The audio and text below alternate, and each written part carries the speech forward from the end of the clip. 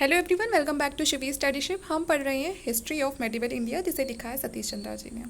आज हमारा chapter number होने वाला है 6। इससे पहले ऑलरेडी हम चैप्टर 5 तक कंप्लीट कर चुके हैं। सारे ही लेक्चर आपको चैनल के ऊपर मिल जाएंगे। नीचे आपको डिस्क्रिप्शन बॉक्स में प्लेलिस्ट का लिंक मिल जाएगा। इसके साथ साथ मैं आर एस शर्मा की एशियन इंडियन हिस्ट्री को भी कवर कर चुकी हूँ। अगर आप चाहते हैं तो आप मेरे उन लेक्चर्स को भी देख सकते हैं। आप मेरे टेलीग्राम ग्रुप से जुड़ सकते हैं, जहाँ पर आपको सभी नोटिफिकेशन बिल्कुल टाइम पर मिलेंगे।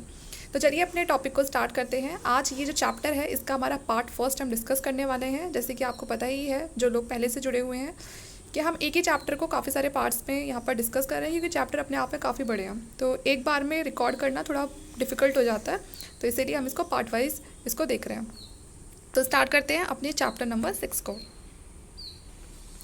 तो ये हमारा चैप्टर नंबर 6, द दिल्ली सल्तनत। ओके, टाइम पीरियड यहाँ पर अभी तक हम पढ़ रहे थे 1000 से लेके 1200 के बीच का।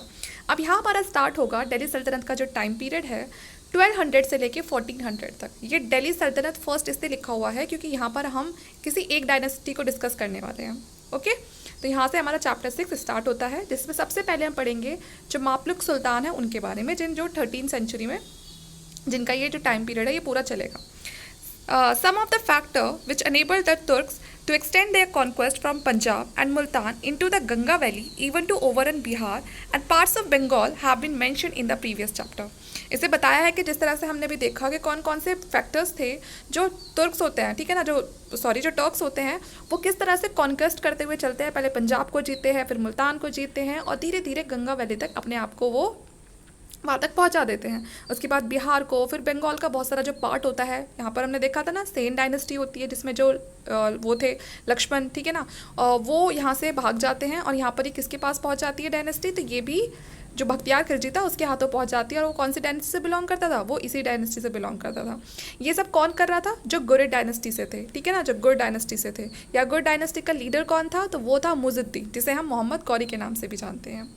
Okay, for almost 100 years after that, the Delhi Sultanate as a state ruled over by this invader was called hard pressed to maintain itself in the face of foreign invasion and internal conflicts among the Turkish leader and the attempt of the dispossessed and subordinate Rajput ruler chief to regain their independence and if possible to oust the Turks. अब यहाँ पर हो क्या रहा था?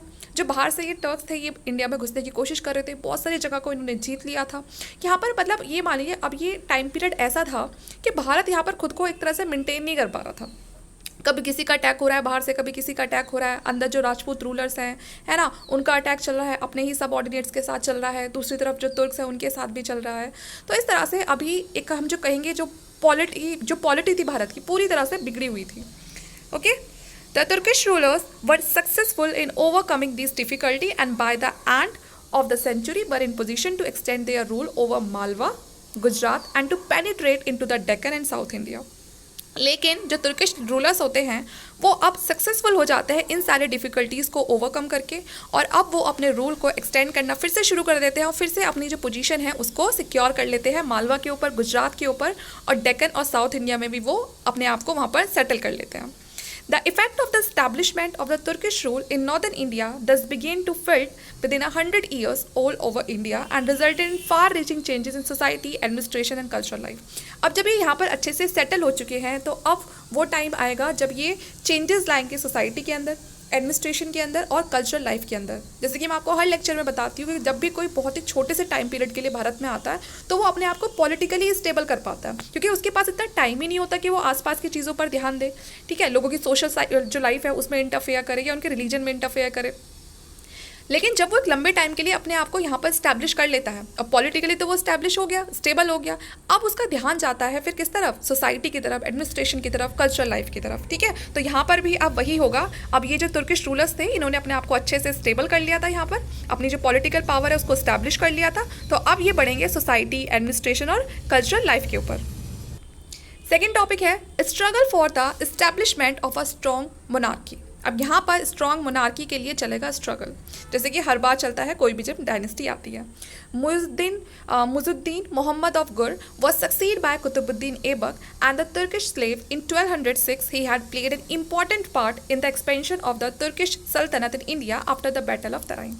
ठीक है। अब जो मोहम्मद गौरी है ये इंडिया में कब बहुत अच्छे से अपनी पावर को स्टैब्लिश कर लेता है, जब वो बैटल ऑफ तराइन को लड़ता है।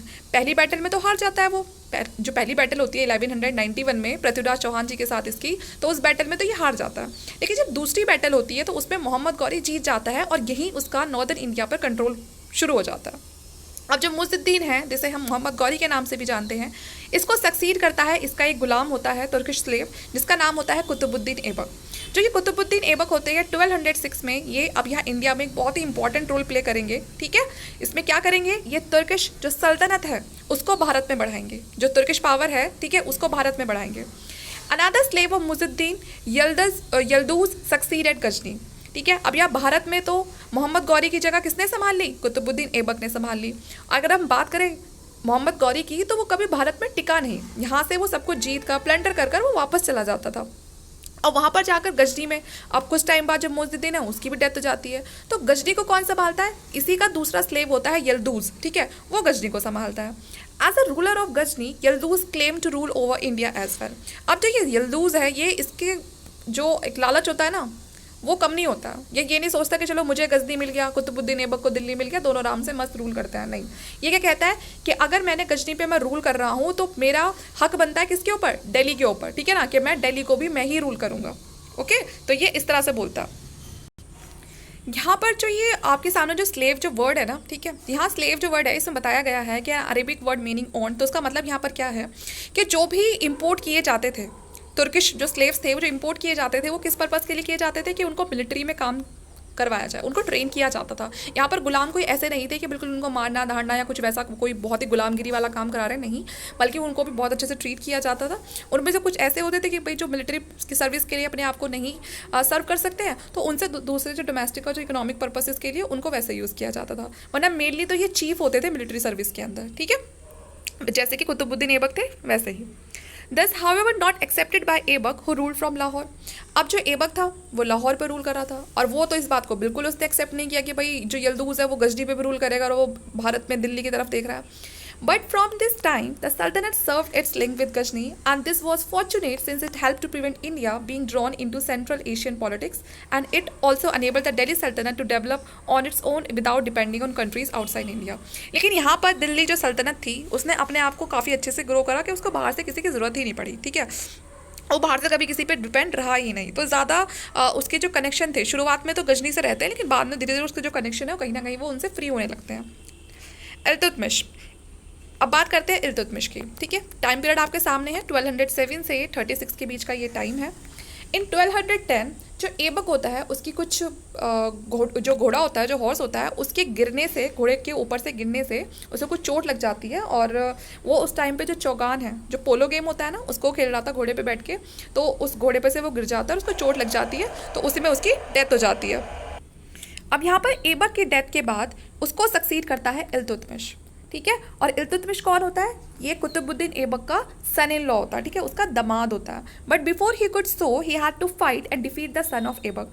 अब जो कुतुबुद्दीन ऐबक है वही है कि भाई मेरे फादर थे पहले सुल्तान, तो उसके बाद मैं बनूंगा, लेकिन यहाँ पर तो उल्टा हो गया, यहाँ पर बेटे को ना बना के दामाद बन गया, तो यहाँ बेटे और दामाद में झगड़ा तो लगना ही है। तो यहाँ ऐसे ही होता है, जो इल्तुतमिश होता है वो सक्सीड तो कर लेता है, अगला सक्सेसर तो बन जाता है, लेकिन उसके लिए उसे जो ऐबक का बेटा होता है, ठीक है, पहले उसको हराना होता है, उसके साथ फाइट करनी होती है। The principal heredity of son succeeding his father was checked at the outset. Okay, Iltutmish must be regarded as the real consolidator of the Turkish conquest in northern India. यहाँ पर जो इल्तुतमिश है उसको रियल कंसोलिडेटर माना जाता है, जो Turkish power थी उसका, कि भारत में नॉर्दर्न इंडिया में जो पावर को, जो तुर्किश जो पावर थी उसको अगर किसी ने कंसोलिडेट किया है नॉर्दर्न इंडिया के ऊपर बहुत ही अच्छे से, तो वो किसने किया है, इल्तुतमिश ने किया है, क्योंकि कुतुबुद्दीन ऐबक का तो टाइम पीरियड भी बहुत लंबा नहीं रहा है ना।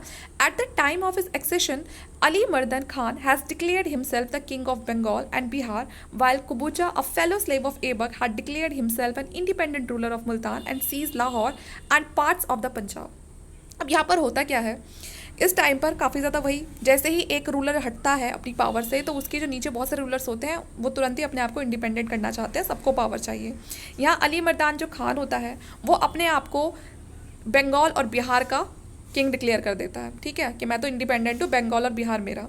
वहीं दूसरी तरफ ऐबक का दूसरा स्लेव होता है एक और कुबूचा, ठीक है, वो अपने आप को वो भी डिक्लेयर कर देता है कि मैं इंडिपेंडेंट रूलर हूँ मुल्तान का, और साथ में लाहौर को सीज कर लेता है और कुछ पार्ट पंजाब का भी अपने अंदर ही कर लेता है। At first, even some of the fellow officers of Iltutmish near Delhi were reluctant to accept his authority. अगर दिल्ली की बात करें तो दिल्ली में तो इल्तुतमिश था, तो इल्तुतमिश के कुछ ऑफिसर्स वगैरह होते हैं वो इल्तुतमिश की अथॉरिटी को दिल्ली में मान जाते हैं कि ठीक है यहाँ दिल्ली में कौन है, यहाँ इल्तुतमिश है। The Rajput found an opportunity to assert their independence, and thus Kalinjar, Gwalior, and the entire eastern Rajasthan, including Ajmer, Bayan, and threw off the Turkish yoke. अब जैसे ही यहाँ पर ये इन सब में लड़ाई मची, ठीक है, तो यहाँ पर जो राजपूत रूलर्स थे उन्होंने सोचा ये अच्छा टाइम है, ठीक है, सब कुछ छीनने झपटने का इनसे बहुत बढ़िया टाइम है, ये तुर्किश पावर है इसको हटाने का सही टाइम है, तो यहाँ पर ये ऐसा कुछ करते भी हैं, ठीक है। During the early years of his rain Iltutmish attention was concentrated on the north west. शुरुआत में अगर हम बात करें जो इल्तुतमिश का शुरुआत का जो टाइम पीरियड था उसमें इसकी जो ज़्यादा इसने अटेंशन पे करी वो करी इसने नॉर्थ वेस्ट की साइड।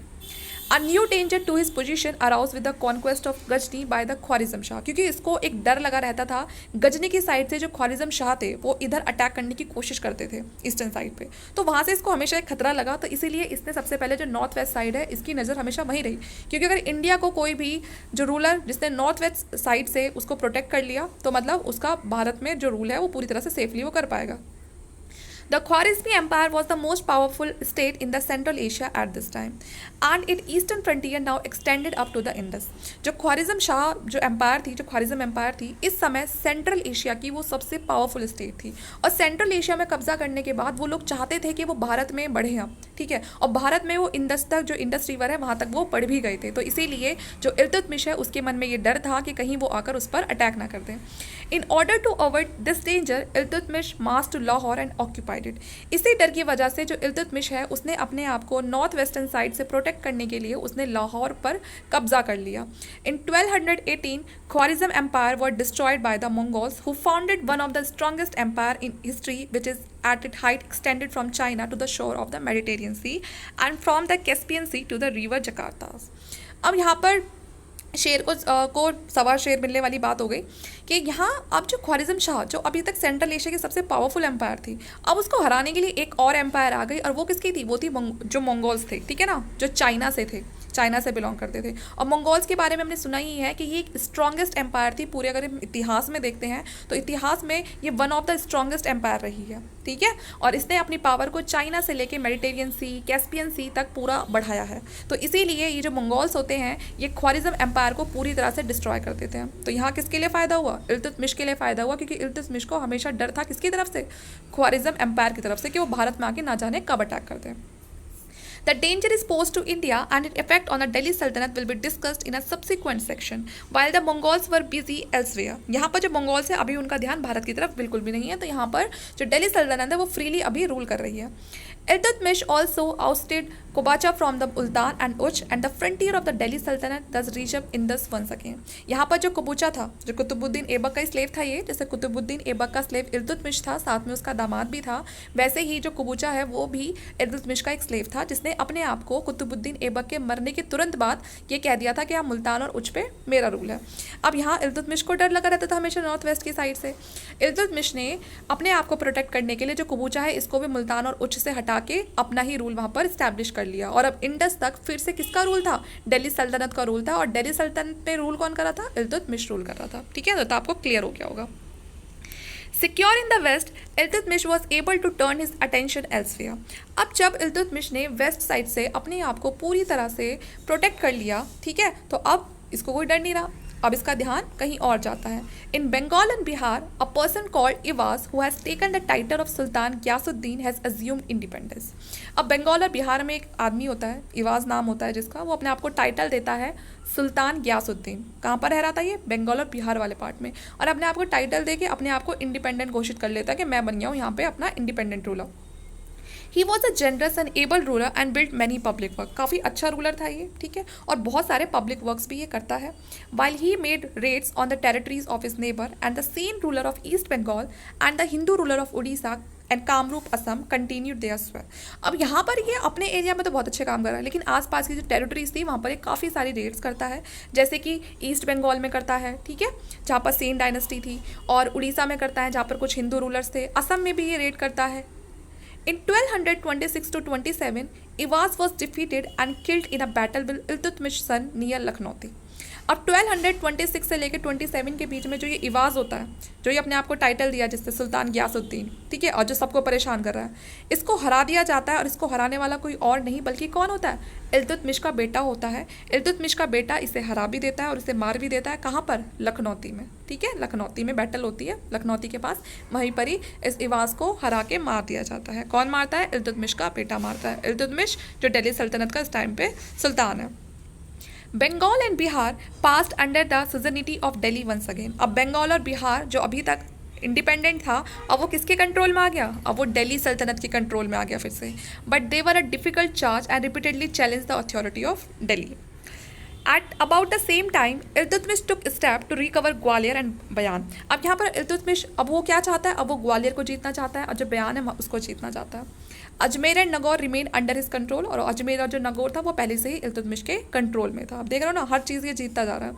अब यहाँ पर ये रणथंभौर में भेजता है, ठीक है, अपने कुछ सैनिकों को जलोर में भेजता है, और यहाँ पर भी ये इनको क्या कर लेता है? कैप्चर कर लेता है। और यहाँ पर भी इसकी ही सुजनिटी के अंदर यहाँ पर जो रूलर के, ठीक है, आप यहाँ पर रूल कर लो, जो रणथंभौर में जलोर में रूल कर रहे हैं, लेकिन आप किसके अंदर ये रूल करोगे? किसके नाम से रूल करोगे? इल्तुतमिश के नाम से रूल करोगे, या फिर दिल्ली सल्तनत के अंडर रह के रूल करोगे। ये नागदा पर भी अटैक करता है, जो कैपिटल होती है मेवाड़ की, ठीक है, and but had to beat a retreat at the arrival of the Gujarat army which had came to aid the Rana. लेकिन यहाँ पर ये पूरी तरह से मतलब इसका जिस तरह से ये अटैक करना चाहता था वो नहीं हो पाता है, क्योंकि जो गुजरात की आर्मी है वो आती है किसके लिए? राणा की हेल्प करने के लिए, जिनका यहाँ पर मेवाड़ में रूल चल रहा था। As a revenge Iltutmish dispatch an expedition against Chalukyas of Gujarat. अब इल्तुतमिश को बड़ा गुस्सा आता है कि ये क्यों बीच में आ गई, गुजरात की आर्मी क्यों बीच में आ गई, तो इसीलिए जो इल्तुतमिश है वो बदला लेने के लिए एक और आर्मी भेज देता है। कहाँ पर? कि जाओ गुजरात में जाओ, जो चालुक्यास हेल्प कर रहे हैं, ठीक है, जाके पहले उन्हें ही हराओ। But it was repulsed with losses. लेकिन यहाँ इल्तुतमिश के हाथ कुछ भी नहीं लगता है, बल्कि वो हार जाता है। ये था इल्तुतमिश का टाइम। अब बात करते हैं रज़िया सुल्तान का टाइम की। 1236 से 39 का टाइम पीरियड है, कोई बहुत लंबा टाइम पीरियड नहीं रहा है, सिर्फ 3 से 4 साल तक का इनका रूल रहा है।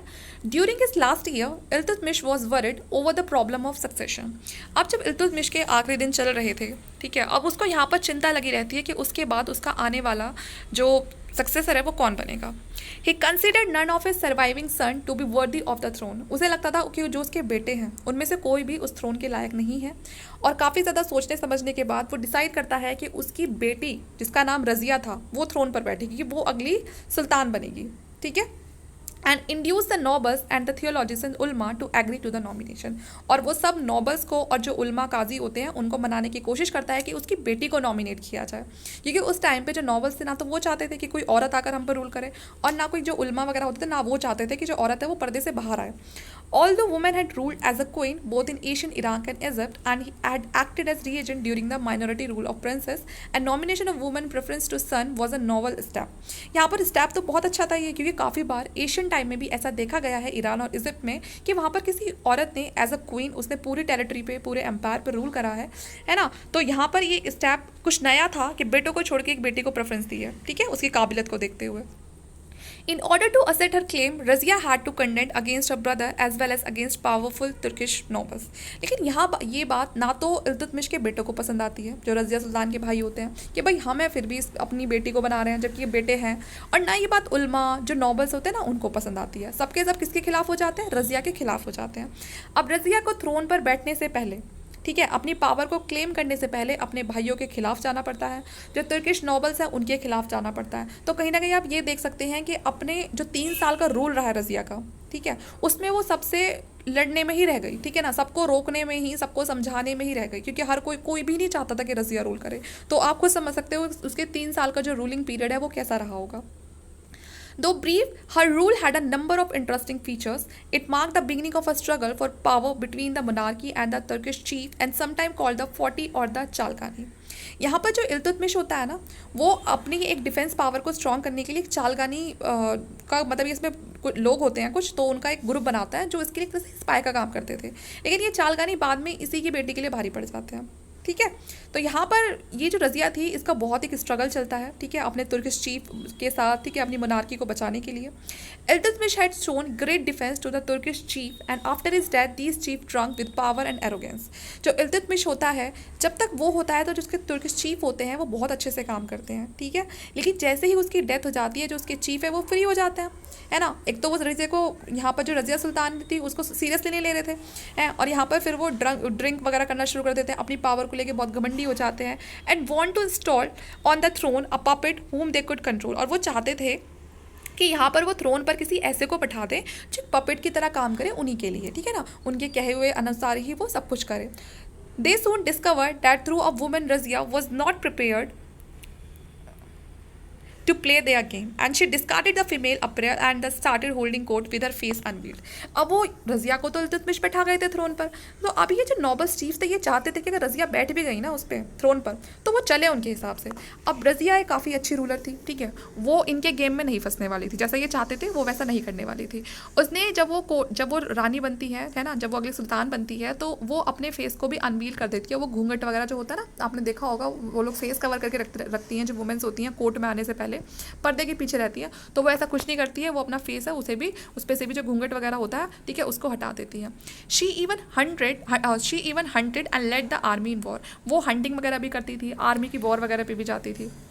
Iltutmish Wazir Nizamul Mulk Junaidi, who had opposed her elevation to the throne and backed and supported a rebellion of nobles against her, and was defeated and forced to flee, and she sent an expedition against Ranthambore to control the Rajput and successfully established law and order in length and breadth of her kingdom. यहाँ पर जो इल्तुतमिश का वजीर होता है निज़ामुल मुल्क जुनैदी, ठीक है, वो क्या करता है, who had opposed her elevation to the throne, तो वो कहीं ना कहीं उसको अपोज करता है, ठीक है, लेकिन बाद में क्या करते हैं उसके जो नॉबल्स वगैरह होते हैं उसके साथ ही मिल जाता है जो वजीर होता है. वो देखो सोचो, आप खुद सोचो, वजीर ही मिले पड़े हैं सब आपस में, है ना, तो रूलर है वो कैसे रूल कर पाएगा, रज़िया कैसे रूल कर पाती.